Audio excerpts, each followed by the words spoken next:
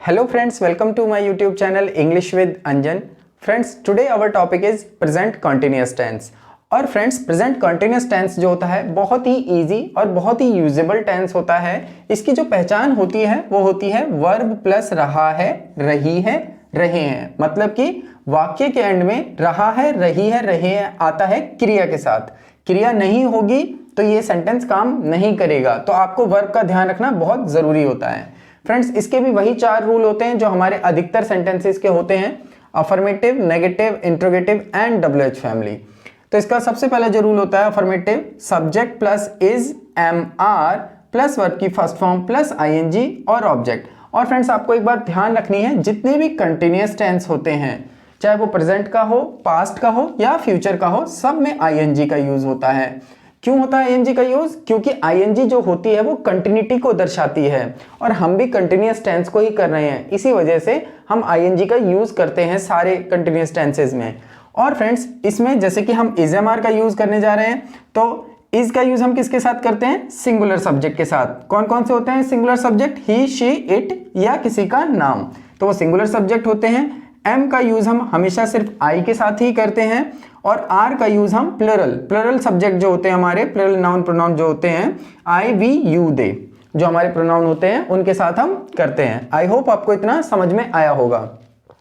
Friends, next rule होता है negative का। बस इसमें क्या होता है, subject is, am, are plus not add हो जाता है, बाकी का रूल वैसे का वैसा ही रहता है। इंट्रोगेटिव में हेल्पिंग वर्ब आगे आ जाती है, सब्जेक्ट पीछे चला जाता है, बाकी रूल वैसा ही रहता है। और WH फैमिली में सबसे पहले WH फैमिली जुड़ जाती है और बाकी हम इंट्रोगेटिव को कॉपी कर देते हैं। फ्रेंड्स, अगर आपको इन रूल्स में कोई भी प्रॉब्लम है, अगर आपको कंफ्यूजन है, अगर आप इनको ठीक से नहीं समझ पाते हैं, आप सेंटेंसेस को नहीं पकड़ पाते हैं, तो आपको इनको ठीक से समझना होगा पहले, तभी आप किसी भी रूल को सीख सकेंगे। और इसके लिए मैंने जो इज, एम, आर की वीडियो बनाई थी, इज, एम, आर का रूल मैंने जिसमें सिखाया था सिंपल टेंस में, उसमें मैंने आपको ये बिल्कुल ठीक से समझाया है, तो मैं उसका लिंक डिस्क्रिप्शन बॉक्स में दे दूंगा, आप वहां से इसे देख सकते हैं और अपनी कंफ्यूजन को दूर कर सकते हैं। तो आइए अब हम इनके एग्जाम्पल देखते हैं एक एक करके, और हम इनके अंदर बहुत सारी नई अच्छी बातें भी सीखेंगे जो हमें आगे बहुत ज्यादा हेल्प करेगी सेंटेंसेस को समझने में और बनाने में।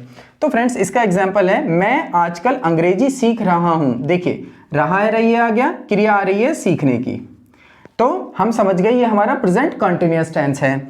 मैं आजकल अंग्रेजी सीख रहा हूं, कौन सा है ये? अफर्मेटिव का। ना तो किसी बात को मना कर रहा, ना ही कोई सवाल पूछ रहा, सीधी सीधी बात हो रही है। तो इसको बनाते हैं, आइए।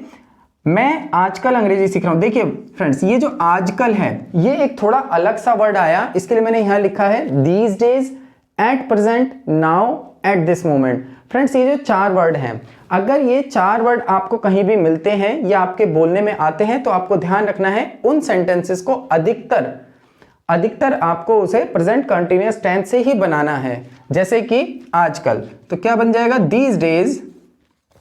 हम समझ गए ये दीज डेज आ रहा है, तो ये किससे बनेगा? प्रेजेंट कंटिन्यूअस से। मैं अंग्रेजी सीख रहा हूं, आई एम लर्निंग, क्या सीख रहा हूं? इंग्लिश। आई होप आपको ये समझ में आया होगा। नेक्स्ट एग्जाम्पल इज, तुम पढ़ नहीं रहे हो। ये किसका एग्जाम्पल है? नेगेटिव का। नहीं आ रहा है इसमें, तो हम इसको नेगेटिव के रूल से बनाएंगे। तो सब्जेक्ट क्या है?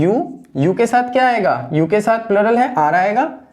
You are not studying, ING जोड़ देंगे, you are not studying. Next example is, क्या वह बर्तन धो रही है। देखिए क्या आ रहा है? वाक्य के शुरू में आ रहा है, तो वो किसका एग्जाम्पल है? इंट्रोगेटिव का। इंट्रोगेटिव में क्या होता है? हेल्पिंग वर्ब आगे आ जाती है। अब हमें देखना है इज लगाएं, एम या आर। तो देखिए यहां पर सब्जेक्ट क्या है? वह क्या है? सिंगुलर है, सिंगुलर सब्जेक्ट है, तो वह के साथ, ही के साथ या शी के साथ हम किसका यूज करते हैं? सिंगुलर सब्जेक्ट का। और इज का यूज करते हैं, तो हम क्या करेंगे? इज शी धो रही है। देखिए यहां पर इज शी। अब देखिए बर्तन धोना, फ्रेंड्स बर्तन धोने को हम नॉर्मली कहते हैं वॉश द यूटेंसिल्स, बट आप इसके लिए एक और फ्रेज यूज कर सकते हैं जो बहुत ही यूजेबल, बहुत ही अच्छा होता है, जिसको हम कहते हैं डू द डिश। तो हम क्या करेंगे? यहां पर क्रिया क्या हो जाएगी? डू हो जाएगी, तो आईएनजी जुड़ जाएगा। भाई हमें वर्ब के साथ आईएनजी का यूज करना है ना। Is she doing the dishes. I hope आपको ये समझ में आया होगा और आप इस फ्रेज का यूज करेंगे।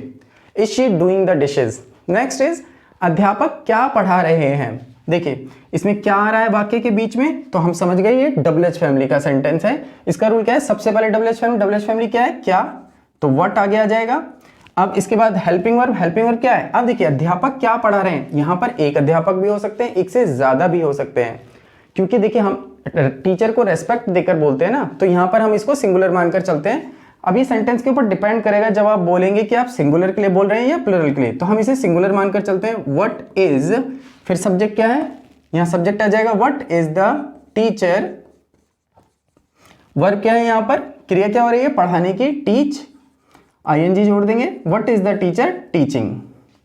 नेक्स्ट एग्जांपल इज तुम सुंदर लग रहे हो। देखिए फ्रेंड्स ये बहुत ही इंपॉर्टेंट पॉइंट है, ये बहुत ही हेल्प करेगा आपको। देखिए अफर्मेटिव है, रहा है, रही, आ रहा है, क्रिया क्या हो रही है, सुंदर लगने की, यू आर लुकिंग ब्यूटीफुल। अब फ्रेंड्स अगर ये ऐसे ही बन जाए तो मैं इसमें आपको क्या सिखा रहा हूं, तो क्या है कि इसके अंदर ये सेंटेंस गलत है। ये जो मैंने इसकी ट्रांसलेशन की, यू आर लुकिंग ब्यूटीफुल, ये गलत है, हमें इसे ऐसा नहीं बोलना चाहिए। क्यों नहीं बोलना चाहिए फ्रेंड्स, क्या होता है ये जो लुक है, लुक, इसका मीनिंग अगर आपका आ रहा है देखना, इसकी सेंस अगर देखना आ रही है, तो आप इसके साथ आईएनजी का यूज नहीं कर सकते। तो अगर आपको इस सेंटेंस को बनाना है तो आपको इसके साथ आईएनजी का यूज नहीं कर सकते। बट अगर लुक का मीनिंग आ रहा है खोजना या ढूंढना, तो आप इसके साथ आईएनजी का यूज कर सकते हैं। बट अगर इसका मीनिंग देखना है, जैसे यहां पर हम किसी को देख रहे हैं, कोई सुंदर लग रहा है तो हम उसको देखकर ही तो बोल रहे हैं, तो आप इसके साथ आईएनजी का यूज नहीं कर सकते। तो ये सेंटेंस किससे बनेगा, प्रेजेंट इंडेफिनिट टेंस से, यू लुक ब्यूटीफुल।